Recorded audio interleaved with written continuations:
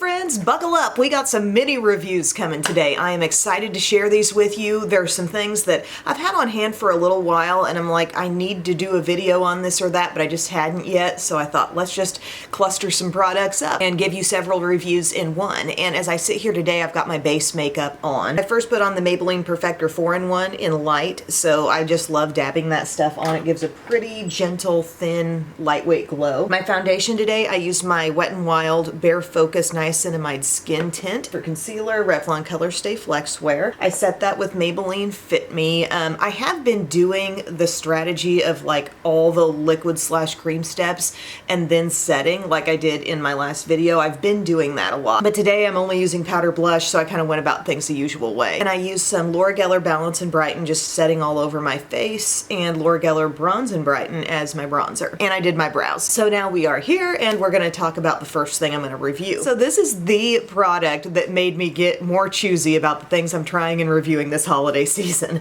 This little palette from Too Faced. This is the limited edition blush and highlighter collection. It's the Moon Crush highlighter in Shooting Star. They're giving you Golden Hour blush and Velvet Crush blush. All three of those things are available individually. I own all three of them. I just saw, oh, Too Faced is doing a face palette this holiday. And I bought it. I'm like, I'm gonna review that. Little did I know, all three things I have. I have swatched them against the originals. They are the same. This may be good news for some if you want to try them. And then there's this one down here called Watermelon Rain, which I guess is something new. But just seeing that majority were things I already had, it was kind of a bummer to me when I figured that out. And now I'm like looking much more carefully at anything I get. Here's the thing. I do like those shades that I am familiar with. And if you smell them, they have that same kind of pleasant, gently sweet smell. It's not really that sweet. It's almost like a very, very softly perfumed scent, but you really got to get in there to pick up on it. But like I said, the shades really match up. Velvet Crush, a very earthy blush, very easy to wear, works with anything, definitely Dusty Rose. This Golden Hour, people love this one. I mean, that's the one I've heard the most raves on. While this looks matte, this has like a little bit of soft shimmer. This one appears to be matte as well, this watermelon one that's really bold. And then your Moon Crush highlighter, I mean, that can go as far as you want it to. You could sheer it out and just get the softest glow. So I thought I'd apply this for you today. Maybe use a couple of the shades. So it's like, yeah, good palette, but man, check what you got first, okay? So Velvet Crush. I just didn't see this coming from Too Faced. With the exception of maybe a lip kit here or there, they usually don't involve existing products in their line, but this one did. So I'm taking Velvet Crush, that's that one right down there, and I'm gonna apply that on my cheeks. And you'll see what I mean about just the earthy, you've probably seen me use this before in just the full size, but earthy, really universally workable, easy blush there. Really nice pigment. I'm not scrubbing in, I'm just kind of laying my brush in and then applying. So for some of you who have not gotten the individual ones and you've been curious about it, it may be a good way to try some of those. It's just one of those finds that kind of depends on what you have, what you own. I'm kind of bringing it in a little bit too, but there's Velvet Crush, really easy shade. And then I want to do some of the Watermelon Rain. This one, lots of pigment, really pinky. Let's just layer some up. You know, I love a fun blush. I also have a little like blush PSA to share at the end of this video. Really vibrant, looking like, whoa, Em, what'd you just do there? But it'll all work out. I'm not using a bunch. It really is a good spread of shades. I know you're not seeing me use Golden Hour, but that one's like kind of the in-between of the two blushes I put on. With as pigmented as Watermelon Rain is, as pigmented as they all are, I think a variety of skin tones could enjoy this palette. So getting that all on there, and then I'm going to do some of the highlighter. It's in the shade Shooting Star. It's the Moon Crush highlighter, and we're just going to lay some of that down right here. It's beautiful. Just get some applied to each cheek. I dust my brush clean, and then I can blend that right in. No big chunks or flakes of sparkle, just one of those really smooth, easy highlighters. Kind of reminds me of the Ilia highlighter that was in that palette. Sometimes I think once you get your highlighter on, your blush looks more natural. Just because the surface of your skin has a little more of that natural glow instead of being quite so matte. Pretty palette, really for my pinky fans. I like it. Just make sure it's actually worth it to you to get that. Because for me, really, it wasn't that worth it. Cool to have those shades in a really travel-friendly mode. I do like the packaging. It's kind of like faceted there like a gemstone might be, but no mirror inside. kind of a bummer there. Ultimately, a beautiful look. I'm happy with the product. And I am glad that if they're going to go with existing shades in a palette, that they did make them exactly like the originals. The next thing I'm going to talk about are some eye palettes, and I'm gonna prime my lids with Milani eyeshadow primer because we're gonna use one of them. But this is the little trio of Tarte palettes. That's what I'm gonna be discussing. And I think early on I thought maybe I'll devote a whole video to these, but my bottom line is I'm not loving them.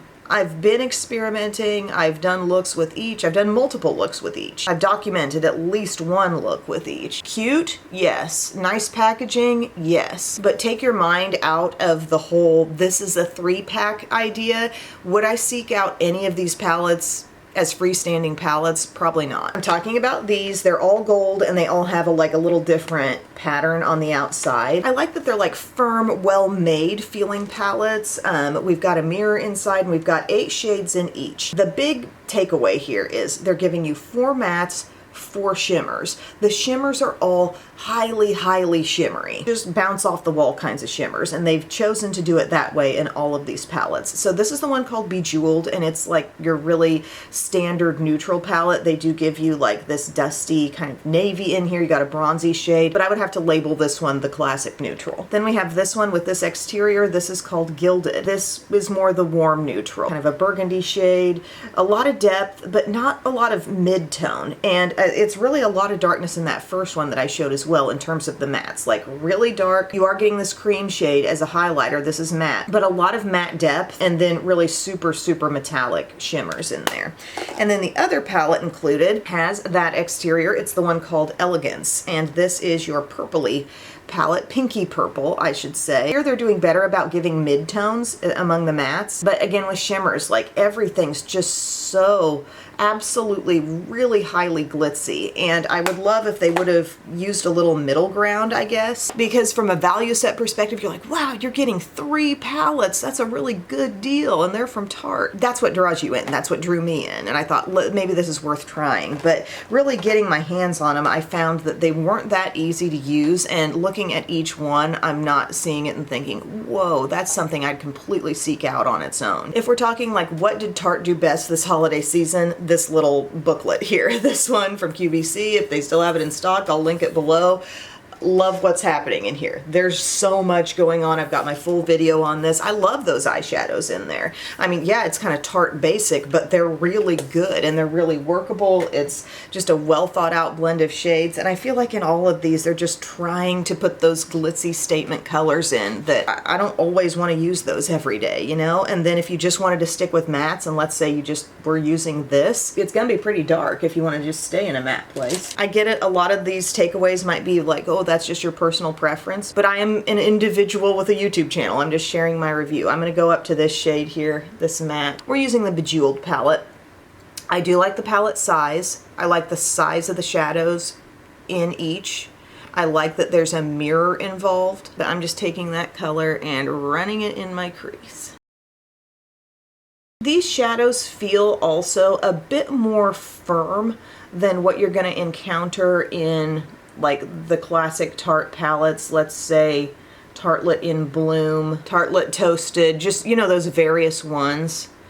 I feel like when I put my brush in, they're firmer shadows. It's not to say they're not pigmented, they're just a different texture than what we were having before. I'm gonna try to just stick with this one palette so you can see what kind of look just one palette would give. And since we don't have a non-shimmery highlight, I'm just gonna be blending this matte out with the brush that I'm using. Just kind of blend it out as far as it can go. Okay, that's that. I use that shade up there, and then we have another really close shade to that down in here. Maybe I'll layer a bit of that up. It's just a slightly cooler tone. I feel like I'm probably coming off pretty critical about these palettes, and it's not that they're like that bad or the worst palettes ever. Everything can be worked with. It's just when it gets right down to it and I'm using the shades, I'm thinking like, am I loving this experience of putting it on? Especially like I went back to this warm one the other day and I was like, everything that I want to use to set up my look, I want to get the look set up, but it's all so dark, you know? And then on the other end of the spectrum, the shimmers are so metallic. I would like to play with some of this navy blue shimmer here. So I'm taking a flat brush and I'm patting it on. And the thing about it, you're not gonna see much blue out of this. I think it comes off on the eyes much more charcoal. They're working some kind of magic in the palette where, I mean, I look at that and I really feel like I'm seeing blue, but maybe that's just my eyes playing a trick on me or something, seeing it alongside those other colors. As I apply it, it just kind of looks like a charcoal. I'm putting that over like the outer part of my lid. The look will be fine. It will. I guess I'm favoring more of like seeing a soft gradient in the palettes I use. I really like things that feel user-friendly, and I just sense that the things put in here were put in here to make a visual splash to kind of draw people to this set. Did they draw me to it? Yep. It worked. But just getting my hands on it and using it, I don't feel like I love picking them up and using them. Then we could take a smaller brush and maybe we go into like the dark brown, get a little bit of that on, and we can use that to kind of help blend our crease. But if any of these palettes can create like a cool smoky eye, it's this one. There's also an even cooler like kind of brown mixed with charcoal up in the corner. Here's maybe the description I've been trying to get down to this whole time I've been speaking about these. I think these were made to create high contrast eye looks, getting very dark and then also getting very shimmery in the look. And maybe I'm just not as big a fan of that style of look these days, and that's why I just can't be jumping up and down for them. But look, I'm able to get it blended. Different texture than other palettes, yeah, but still pigmented. Okay, and then maybe let's do a little splash of one of these shimmers so you can see. This palette does contain one really warm pop with that copper. I think I'm gonna go to this one. I don't believe I've even used that shade yet. I don't even know how I describe this, like the least brassy gold of life. Almost like champagne, I guess, but not very yellowy, and just a ton of sparkle. Oh, another thing is fallout concern. Sometimes I've worn these palettes and maybe I was just really good about getting the bare minimum amount of product on and I didn't have much fallout, and then other days I had a ton of fallout. So they're glitzy, and I think this is a pretty look. And we can go even lighter with maybe some of that shade, just going boop right in here. There's my eye look for today, friends. An acceptable eye look, yes. These are just made to create very high contrast looks. Sorry, it's just not on my list of raves. Again, I think Tarte did an amazing thing with their beauty book this year, but I'm not really into these individual palettes. Next thing we're gonna chat about are these new mascaras from Hard Candy that were sent my way. It's both a primer and a mascara. The primer is called Get a Grip Lash Primer, and the mascara in this beautiful red tube is called Make It Double. Part of this set I love, part of this set I don't think is even worth buying. Just to cut to the chase here, I don't love the lash primer. This lash primer comes out and it's blue. It's light blue, okay?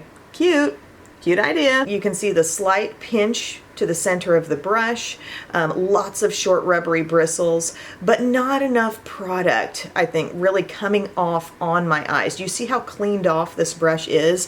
So when I use it, I just feel like it bogs down my lashes a little bit in terms of it's making me sweep through, get a small amount of something on there, and I don't think it's helping the curl, and I don't think it's enhancing the mascara that much. I think the mascara does better without it, because I've experimented both ways, and I just feel like it's putting barely anything on, but just the act of raking through can be enough to drop my curl, okay? So that's that on the primer, not doing enough. But this mascara, this is like I think they called it a 2-in-1 brush, but I feel like it's a 3-in-1 brush, actually. This is like a 4-sided brush. 2 of the sides are the same, but look at the top. That's your like traditional bristle, thick brush. It's gonna hold some product. It's gonna bulk up the lashes. Look across the bottom. Those are your rubber bristles, kind of like a comb, okay? You're defining, you're combing through. On the sides, they're basically flat. It's hard to even see on camera, but when I go from there to there, the bristles that are now on top, there are some, but they're super short. And that's kind of a loaded up side as well. So you can load it up on one of the seemingly bare sides, or bare from bristles sides, but it can still hold product, and then use one of the bristly sides to comb it on through. So that's why I feel like it's 3-in-1, because you're taking advantage of 3 separate kinds of surfaces on this brush, and it's very cool. I think Essence did something like this too, with kind of a half and half brush, but I'm gonna apply just the mascara today, because I just think that's the cool thing that they've come out with here. I think it's very innovative. They did a good job with it. I feel like I can bulk up my lashes fairly quickly, and I feel like that's what I'm looking for anymore. Sorry, I got an eyelash stuck to my nose. I'm looking for bulk. I'm looking for something that can build product on my lashes without taking forever. And yeah, the primer just kind of felt like a waste of time, but this, very good. So just kind of experiment. You'll see what way you like to do it. I kind of like hitting a flatter side up against my lashes at the start, and you will see them start to come to life, and then take either of the other sides. The rubbery ones act more like a separating comb, but they carry product too, and it's just fun. It really does work. I would say wait a little bit between coats. Like there's one coat, and it's doing some kind of major work there. But I would say stop, get your other eye going, and then go back and build more, because it's totally buildable. But yeah, good job, Hard Candy, on this. This is really cool. But they should have called it 3-in-1, right? I have the little card here that they sent in PR.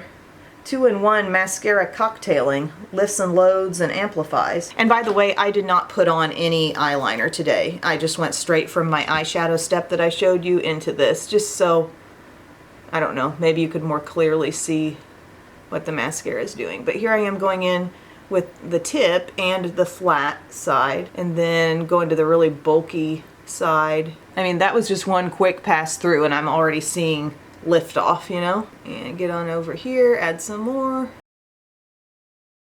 You just never know with Hard Candy. They are a strong and low cost drugstore brand. The amount of faith I currently have in the brands of Wet n Wild, Rimmel, and Hard Candy. We can crock about how high prices are getting on drugstore makeup all we want, but we all know we're talking about the big brands. We're talking about things that the L'Oreal's, Revlon's, CoverGirl's, and I could lump NYX into that conversation as well. Seems like every new thing those brands release, aside from this, CoverGirl kept the price low on that, but their prices are up and up and up. But I'm even more impressed by the products coming out from some of those other lines I mentioned. Rimmel, Hard Candy, Wet n Wild. e.l.f. has so many good things. Some of them pretty reasonable. Some of them are gonna come out and be like, oh, I'm paying that for e.l.f. now? It's kind of hard for those of us who, like at the start of my channel, everything e.l.f. was $1. And I've just witnessed the brand climb and climb and climb. Now they've climbed in quality too, in a number of ways. I love a ton of things from e.l.f. But certain new things will come out and be like, oh, you're gonna pay $12 for that. Okay.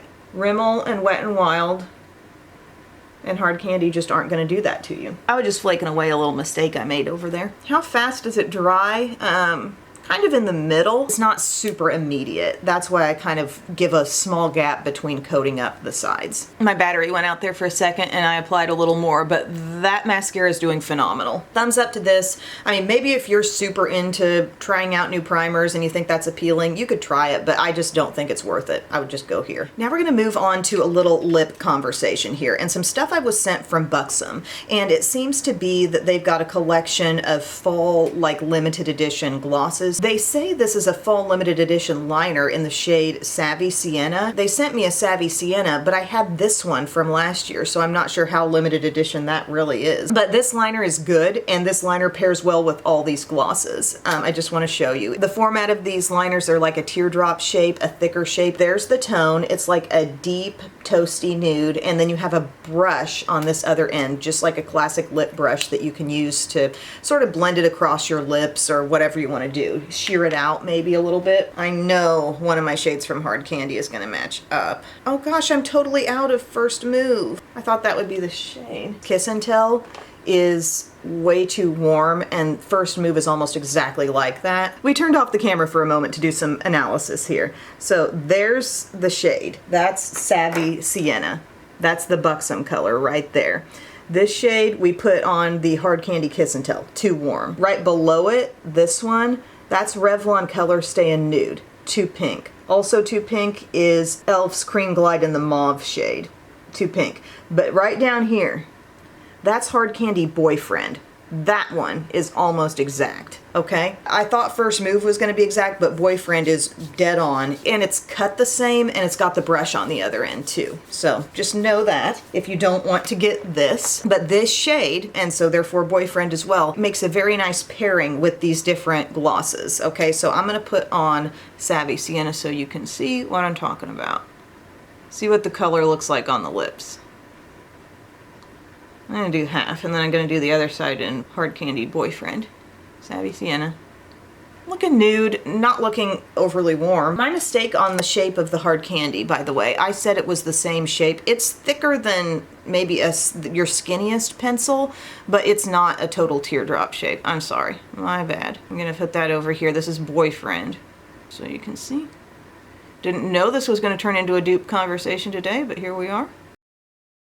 My lips are kind of dry, but same type of shade going on there. And then these glosses. The outstanding thing about these glosses, the smells are incredibly good. 2 plumping lip creams, that means they're just shiny, they're not shimmery. And then 2 plumping lip polishes, one is very shimmery, one is softly shimmery. A pairing I have loved is the one called Pumpkin Spice White Russian on top of the liner. So this is creamy, dreamy. It's warmer and a little darker than classic White Russian from Buxom, but the scent is so, like, they really went there with the scent. It's delicious.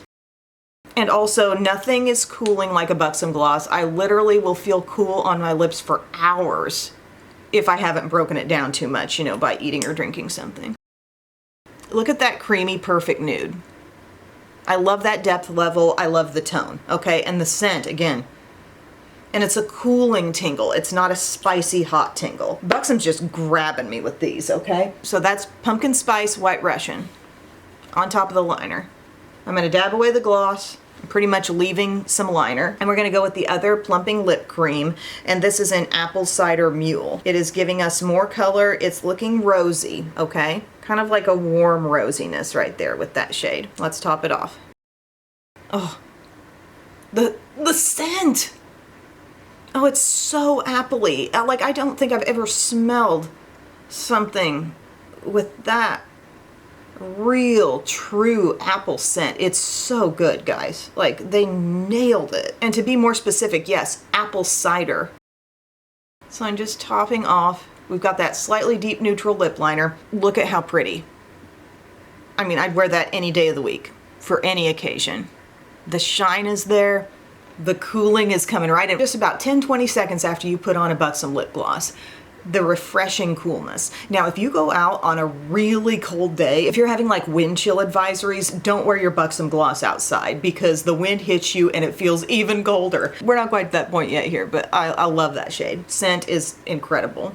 Note how I continue to dab off, but I've still got like that liner base. Okay, now we're moving into the lip polishes. First, let's use the one that's a little less shimmery. It does have some shimmer. It's kind of like a cream shimmer mix, and this is called Bailey Butterscotch. This looks really similar to the Pumpkin Spice White Russian. I just swatched it there. It's maybe just a little more sheer actually, but scent on this, I mean, of course, you could be blindfolded and smell any of these and know exactly what that is. You know that's butterscotch. They're so accurate. So I'm gonna pop this on. It's giving a little softer take maybe than the Pumpkin Spice White Russian, but really similar as you see it all over. I've got a little less lip liner probably remaining at this point, so it's all in all looking somewhat lighter, but not a lot of visible shimmer, and I think that's kind of what makes it seem so much like the Pumpkin Spice White Russian. I love a butterscotch scent, but I would have to say the pumpkin spice ranks a little bit higher for me. Like, these are my two faves right here, the apple cider and the pumpkin spice. And they're the lip creams. But we're gonna try on this last one here. This is called Clara Cream, and it's the most shimmery. It looks gold. I'm gonna swatch it here on the other side of the first one. It's right there, giving a lot of shimmer, a lot of golden quality. Scent on it, pure vanilla. Taking me back to a product from Bonnie Bell called Lip Frosting. Anybody remember those doe foot applicator lip glosses? Probably some of our very first doe foot applicator lip glosses we ever owned, and it was called Vanilla Frosting. Doesn't look like that because this is much more warm, but that had kind of an icy frostiness across the lips, but it smelled just like this, like that perfect vanilla cake batter kind of scent, okay? Look at this on the lips. The most shimmery and giving gold. You gotta spread it out to sheer that gold out. I visibly can tell that this is more golden than any of the other shades, although from a distance I could see how maybe those lightest three are just all kind of seeming really close to one another, but I can tell this has the most shimmer and definitely more golden. Although the scents on all of them absolutely slay, my two picks would be these, the Apple Cider Mule and the Pumpkin Spice White Russian. Scent experience, like some of the best smelling lip stuff I own, for sure. They did so well with that. I think I'm going to do a little refresh here. I'm going to wipe off my swatches and I'm going to end the look with a fresh application of Savvy Sienna, and I'm going to put Apple Cider Mule on top. And then we have a quick PSA about blush. Okay, I applied my lip liner really intense and opaque that time. That's what it looks like with the Apple Cider Mule on top.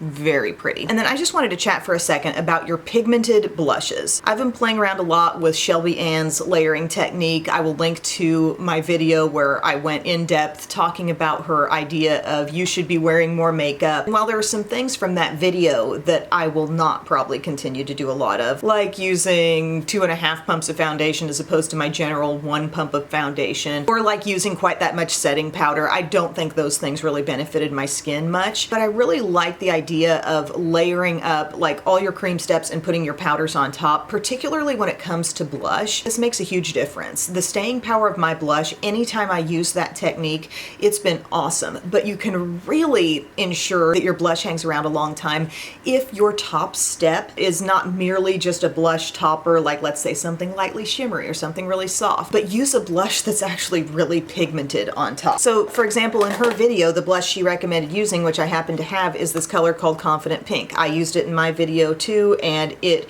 worked so well. It's very pigmented. It's a matte, intense blush. It's good on its own, but you use that topping off a cream step, that blush is going to be on until you take it off at the end of the day. And I know blush is one of those absolutely fleeting things on a lot of our skin throughout the day. It's like, yeah, I still got makeup on, but where's the blush application I first used? So that really sticks on there. I have another shade of this called Daring Rosewood. It's very earthy. It's kind of a hard to put your finger on type of shade, but like that applied really softly on top of a more neutral cream or liquid blush step, like I get the same kind of all-day effect. Another thing I would recommend, the e.l.f. primer infused blushes, if you have any of those. Or just shout out in the comments section, what are some other really good, strongly pigmented blushes that you could use in this manner? This is the one called Always Vibrant. Very pretty berry. I'm not using a lot of it, but if I use that as my top step, my top off, it really matters. And it works well bronzer-wise with the bronzer in Fresh Tan, also from the primer infused line. But those are just a couple of ranges that I think are making really nicely pigmented, strong color blushes where you can pick up a little bit, use it in that layering technique, and it truly will be on your skin until the makeup comes off. And I know that's not like, wow, shocking revelation, Em, you know, putting on a really bold blush, maybe it's gonna last longer. But it's the layering, it's using those particular kinds of products. When I'm keeping an eye on staying power and when I can still see the blush at the end of the day, the technique is working. It's making a big difference. And I guess maybe I hadn't realized how much my blush was probably fading with just using maybe one cream blush or just the powder blush. The layering technique on that makes a big difference. So if it's a day where staying power really matters, consider doing that and don't feel funny about grabbing for your more pigmented blushes in a layering concept, because it works. So thank you all so much for watching. I would say the clear winners in this video would be the mascara from Hard Candy and then the glosses from Buxom. Those are some special glosses, really fun, really great scents. Highly recommend. By the way, the blush palette from Too Faced is good. It's just check and see if you already have those shades and if you still really want a palette that might potentially contain 3 shades you already own. That's all. I'll let you go. Thank you so much for watching today. I will see you again in my next video. I love you. Bye.